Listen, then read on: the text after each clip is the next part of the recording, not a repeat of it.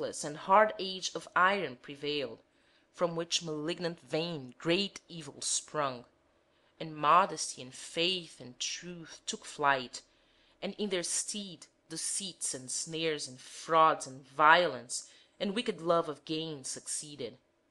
Then the sailor spread his sails to winds unknown, and keels that long had stood on lofty mountains pierced uncharted waves. Surveyors anxious marked with metes and bounds the lands created free as light and air.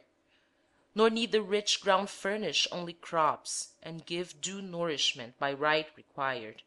They penetrated to the bowels of earth and dug up wealth, bad cause of all our ills.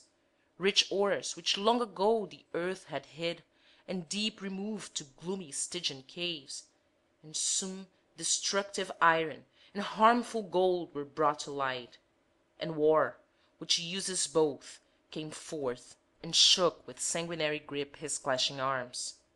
Rapacity broke forth, the guest was not protected from his host, the father-in-law from his own son-in-law. Even brothers seldom could abide in peace. The husband threatened to destroy his wife, and she her husband.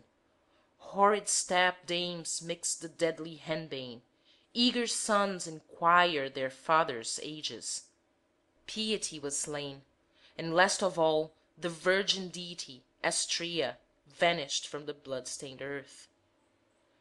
And lest ethereal heights should long remain less troubled than the earth, the throne of heaven was threatened by the giants, and they piled mountain on mountain to the lofty stars.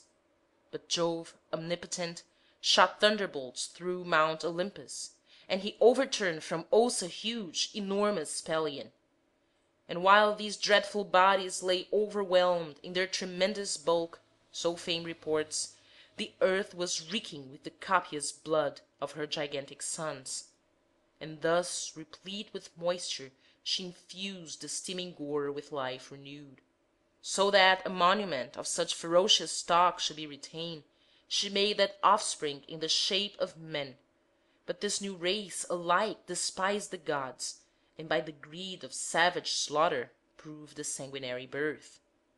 When from his throne supreme the son of Saturn viewed their deeds, he deeply groaned, and calling to his mind the loathsome feast Lycaon had prepared, a recent deed not common to report, his soul conceived great anger, worthy Jove, and he convened a council.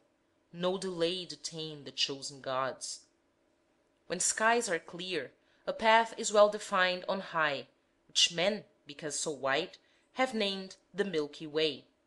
It makes a passage for the deities, and leads to mansions of the thunder god, to Jove's imperial home. On either side of its wide way the noble gods are seen. Inferior gods in other parts abide, but there the potent and renowned of heaven have fixed their homes. It is a glorious place, our most audacious verse might designate the palace of high heaven. When the gods were seated, therefore, in its marble halls, the king of all above the throne sat high, and leaning on his ivory sceptre, thrice and once again he shook his awful locks, wherewith he moved the earth and seas and stars, and thus indignantly began to speak. The time when serpent-footed giants strove to fix their 100 arms on captive heaven, not more than this event could cause alarm for my dominion of the universe. Although it was a savage enemy, yet warred we with a single source derived of one. Now must I utterly destroy this mortal race, wherever Nereus roars around the world. Yea, by the infernal streams that glide through Stygian groves beneath the world, I swear it. Every method has been tried. The knife must cut immedicable wounds, lest maladies infect untainted parts. Beneath my sway are demi-gods and fauns, nymphs, rustic deities, sylvans of the hills, satyrs. All these, unworthy heaven's abodes, we should at least permit to dwell on earth, which we to them bequeathed. What think ye, gods? Is safety theirs when I, your sovereign lord, the thunderbolt controller, am ensnared by fierce Lycaon? Ardent in their wrath, the astonished gods demand revenge overtake this miscreant, he who dared commit such crimes. 'Twas even thus, when raged that impious band to blot the Roman name in sacred blood of Caesar, sudden apprehensive fears of ruin absolute astonished men, and all the world convulsed. Nor is the love thy people bear to thee, Augustus, less than these displayed to Jupiter, whose voice and gesture all the murmuring host restrained.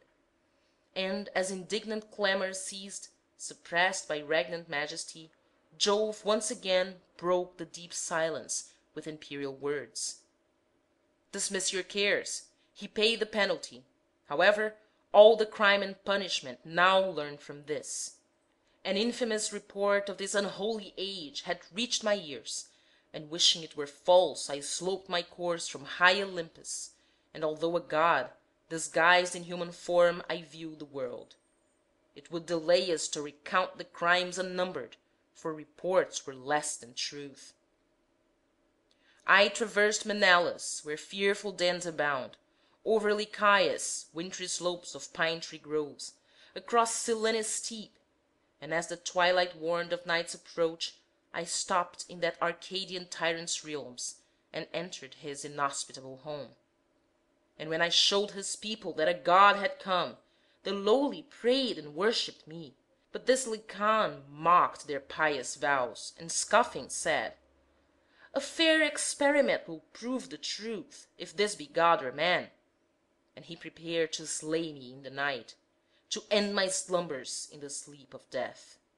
So made he merry with his impious proof, but not content with this, he cut the throat of a Molossian hostage sent to him, and partly softened his still quivering limbs in boiling water, partly roasted them on fires that burned beneath.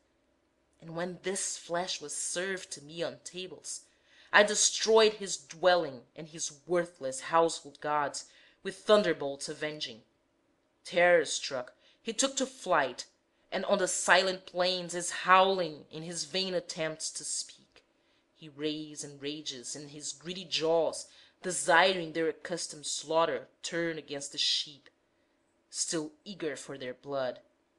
His vesture separates in shaggy hair, his arms are chained to legs, and as a wolf he has the same grey locks, the same hard face, the same bright eyes, the same ferocious look. Thus fell one house, but not one house alone deserved to perish.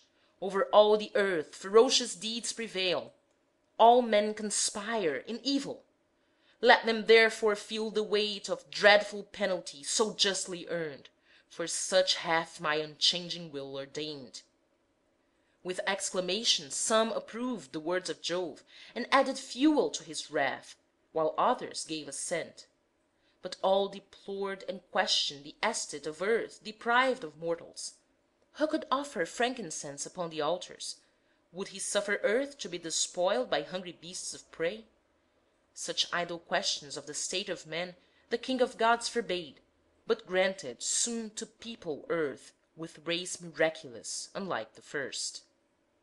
End of Book 1, Part 1.